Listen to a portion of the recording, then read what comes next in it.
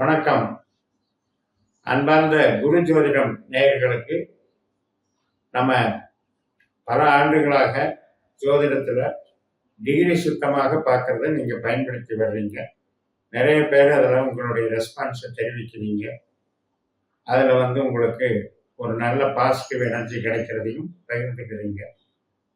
நம்ம இந்த முறையில் மேலும் மேலும் ப்ராக்டிஸ் பண்ண உங்களுக்கு உங்களுடைய விதி கொடுப்பனையும் தெரிந்து கொண்டு நமக்கு கோச்சார பலன்கள் ஒரு கிரகமும் ஒரு இடம் விட்டு இடம் மாறும்போது எந்த நட்சத்திரத்தின் வழியாக செல்லுகிறதோ அந்த பாவ தொடர்புகள் மூலம் நமக்கு பலன் அளிக்குதுங்கிற விவரத்தை நம்ம புரிஞ்சுக்க ஆரம்பிக்கிறோம்.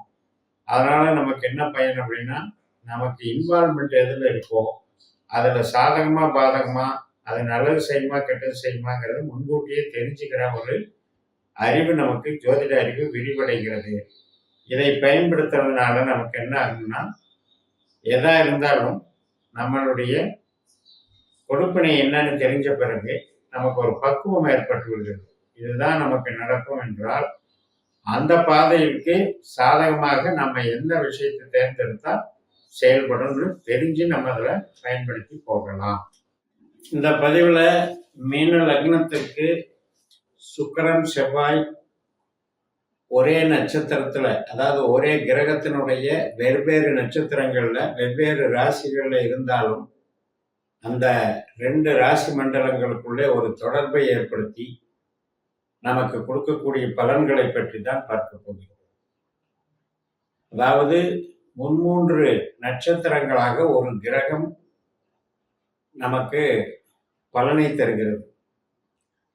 இப்ப செவ்வாய் நமக்கு 4ஆம் இடத்துல மிதுன ராசியில புனர்பூச நட்சத்திரத்துல போறாருன்னா, அதே 8ஆம் இடத்துல விசாக நட்சத்திரம் குருவனுடைய நட்சத்திரத்தினுடைய பலனையும் சேர்த்து தர்றாருன்னு அர்த்தம்.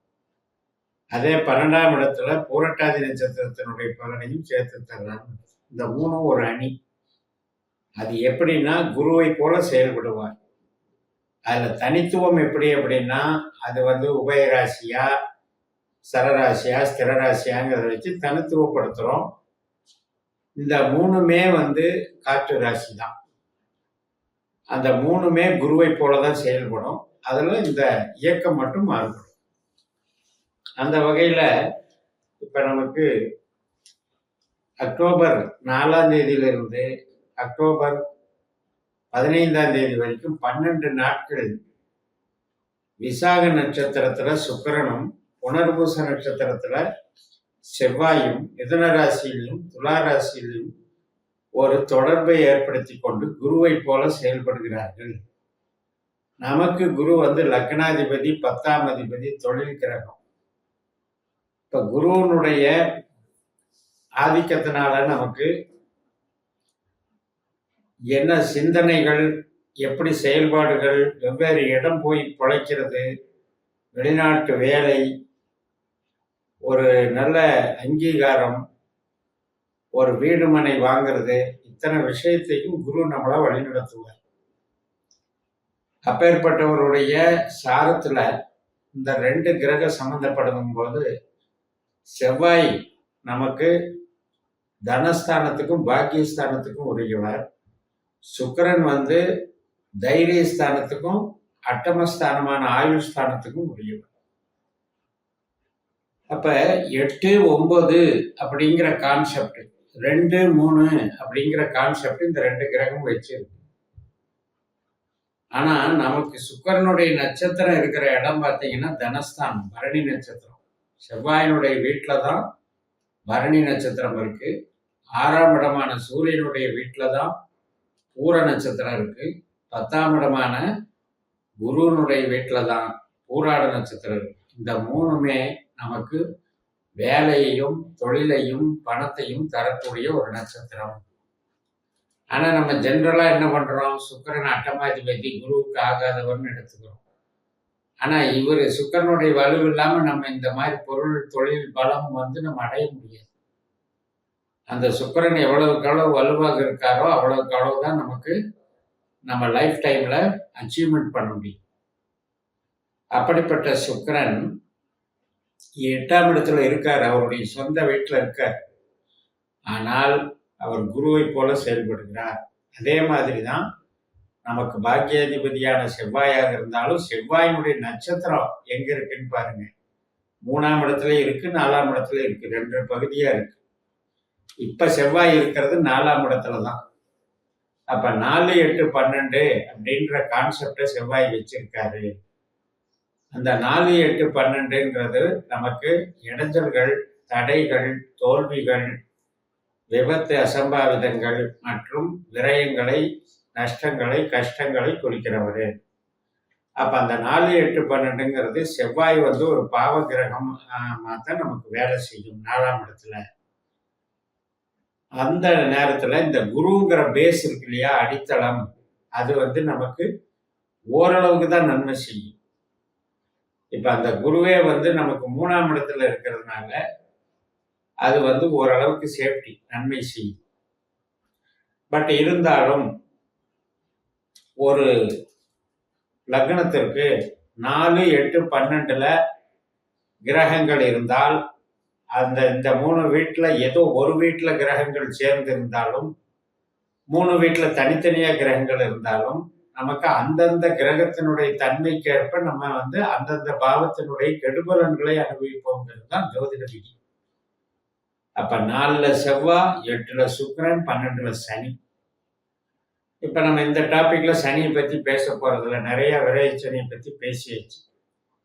இப்ப 4லயும் 8லயும் செவ்வாய் சுக்கிரன் அப்படிங்கிறதுல மெயினா நமக்கு என்ன கான்சென்ட்ரேஷன் வரணும்னா, 4ஆம் இடம்ங்கிறது வாகனம், 8ஆம் இடம்ங்கிறது விபத்து. அந்த விஷயத்துல கொஞ்சம் எச்சரிக்கையாக இருக்கணும். இப்ப நம்மளுடைய ஜனன ஜாதகத்துல விபத்துக்காரனான செவ்வாயோ, வாகனக்காரனான சுக்கிரனோ 8ஆம் பாவத்துக்கோ 12ஆம் பாவத்துக்கு உபநட்சத்திரமாக வந்திருந்தால், அந்த பாவத்தை இயக்கக்கூடிய இயக்குநர்களாக வந்திருந்தால், இந்த கோச்சார நாட்கள்ல நம்ம எச்சரிக்கையா இருக்கணும். இந்த 12 நாட்கள்ல. அப்ப அதுல இந்த நட்சத்திரங்களே வந்தாலும் அந்த நட்சத்திர நாட்களை நம்ம கவனிச்சுக்கணும். சுக்கரனுடைய நட்சத்திரம் பரணி, பூரம், பூராடம். அதுல செவ்வாயினுடைய நட்சத்திரம் சித்திரை, அவிட்டம், மிருகசிரீஷம். குருவனுடைய நட்சத்திரம் புனர்பூசம், விசாகம், பூரட்டாதி. இப்ப இந்த 3மே நமக்கு ஆக்டிவேஷன் ஆகும். இதுல தொழிலுக்கு ஏதாவது பிரச்சனையா அப்படின்னு கேட்டா ஒன்றும் கிடையாது. கொஞ்சம் கஷ்டமா வேலை செய்வோம். 8ஆம் இடங்கிறது உழைப்பு. அப்ப நமக்கு ஒரு ஒர்க்லோடு அதிகமா இருக்கும். மனசுக்கு பிடிக்காம கொஞ்சம் விரக்தி மனப்பான்மையோட நம்ம ஸ்ட்ரெயின் பண்ணி வேலை செய்வோம். அதே நேரத்துல செவ்வாய் கிரகம் ரியல் எஸ்டேட்டு, பூமிகாரகன், விவசாயம், எலக்ட்ரானிக்ஸு மற்றும் நம்ம கெமிக்கல் இண்டஸ்ட்ரீஸ், விளையாட்டு, இது மாதிரி செவ்வாயினுடைய காரக தன்மைகள்ல உள்ள தொழிலில் இருக்கவங்களுக்கு தொழில் ஸ்தானத்துக்கு ஒரு மெருகேற்றது நல்லதுபடியா நடக்கும்.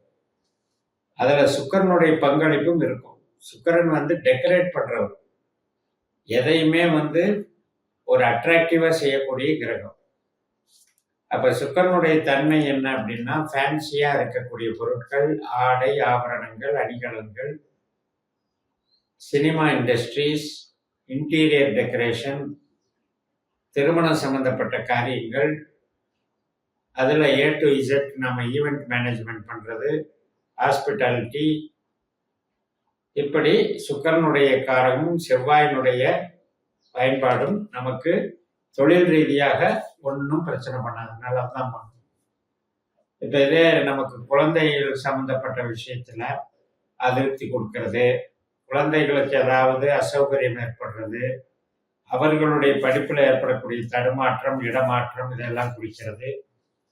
அதுல கொஞ்சம் பார்த்துக்கணும். கணவன் மனைவி உறவுலையும் அது செவ்வாயினுடைய ஒரு முன்கோபம், ஈகோ ஆதிக்கத்தை செலுத்தும். ஆண்களுக்கு களத்திரகாரகன் சுக்கிரன், பெண்களுக்கு களத்திரகாரகன் செவ்வாய். அப்ப பருவ வயதுல இருக்கிற ஆண் பெண் இருபாலருக்கும் இந்த செவ்வாய் சுக்கிரன் 4, 8ல இருக்கிறதுனால நல்லா நேசிச்சுட்டு இருக்கிறவங்க பிரியறதுக்கும் வாய்ப்பு இருக்கு. அதே நேரத்தில் குழந்தைகள் சம்பந்தப்பட்டவங்க அந்த மாதிரியான ஒரு காதல் ஈடுபாடுகள்ல இருந்திருந்தாங்கன்னா, அவங்களுக்கும் அந்த மாரி டிஸ்டர்ப் ஆகுறதுக்கு வாய்ப்பு இருக்கு. உறவுகள் முறைகள்ல 4ஆம் இடம் என்பது தாயார குறிக்கிறது. அப்ப தாயார் சம்பந்தப்பட்ட விஷயத்திலயும் நமக்கு இந்த சுக்கிரனுடைய ஈடுபாடுகள் இருக்கு. அப்ப நமக்கு 8ஆம் இடம் அப்படிங்கிறது என்ன அப்படின்னா, நம்ம வந்து ஏதோ ஒரு விதத்துல துன்பம் அனுபவிக்கிறதுன்னு அர்த்தம். அப்ப இந்த இதுல ஜாக்கிரதையா இருந்துகிட்டு, இந்த நட்சத்திரங்கள் அந்த காலகட்டத்துல வந்துச்சுன்னா, அந்த நட்சத்திர நாட்கள்ல அமைதியா இருந்துட்டு, பதட்டம் இல்லாம, நைட் டைம்ல டிரைவிங் எல்லாம் பண்ணாம, நம்ம கொஞ்சம் பாதுகாப்பா இருந்துக்கிட்டோம் அப்படின்னா, இது பெரிய பாதிப்பு ஒண்ணும் தராது. ஏன்னா ஒவ்வொருத்தருக்கும் ஒரு கோச்சார பலன், ஒரு சுப பலன்கள், கிரக சேர்க்கை, பார்வைகள், பலன்களை எல்லாமே அவங்கவங்களுடைய விதி கொடுப்பனை அனுசரிச்சு, திசா புத்தி அந்தர சூட்சுமத்தை அனுசரிச்சு தான் வேலை செய்யும்.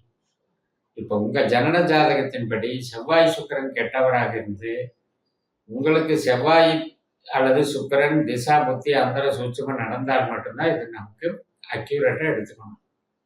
அதர்வைஸ் மற்றவங்களுக்கு வேற திசைகள் நடக்கிறவங்களுக்கு இது எப்படி இருக்கும் அப்படின்னா, 4, 8, 12ல கிரகம் இருந்தா அந்த கிரகம் சார்ந்த தீமைகளை அனுபவிக்கிறோம்னு அர்த்தம். என்ன தீமை அப்படின்னா, இப்ப செவ்வாய்னா ரத்த சம்பந்தப்பட்ட உறவு, அதே மாதிரி தாயார் சம்பந்தப்பட்டதுல கொஞ்சம் நெகட்டிவ்னஸ் இருக்கும். கடினமா டென்ஷன் ஆயிக்குவோம் உழைப்புல. அதே மாதிரி பெண்கள் சம்பந்தப்பட்ட விஷயத்துல ஆண்களுக்கு பிரச்சனையை கொடுக்கும் சுக்கிரன்கிறதுனால. 12ல ஏற்கனவே இருக்கிற சனி வந்து நமக்கு ஜீவனத்துக்கு ஒரு தட்டுப்பாடு ஏற்படுத்திக்கிட்டே இருப்பார். அதாவது செலவுகளை ஏற்படுத்திட்டே இருப்பார். உடம்புக்கு அசௌகரியத்தை, மருத்துவ செலவை ஏற்படுத்திட்டே இருப்பார்.